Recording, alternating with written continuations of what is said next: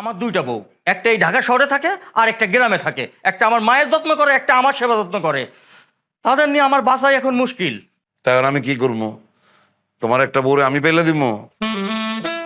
কাকা আমি তো ওইটা কই নাই, আমার বউরে আমি খামু, কিন্তু যে সমস্যার মধ্যে পড়ছে এই সমস্যা সমাধানের জন্য আপনার কাছে আইছি। আরে কি যন্ত্রণা, কি শুরু হয়েছে খুইলা বলো। এই আপার বাইজা শুরু করছে।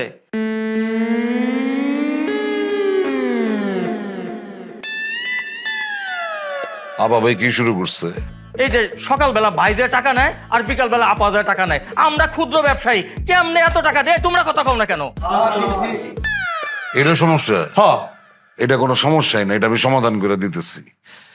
সামনে শনিবার থেকে এই শনি, সোম আর বুধবার আপা গিয়া টাকা নিব।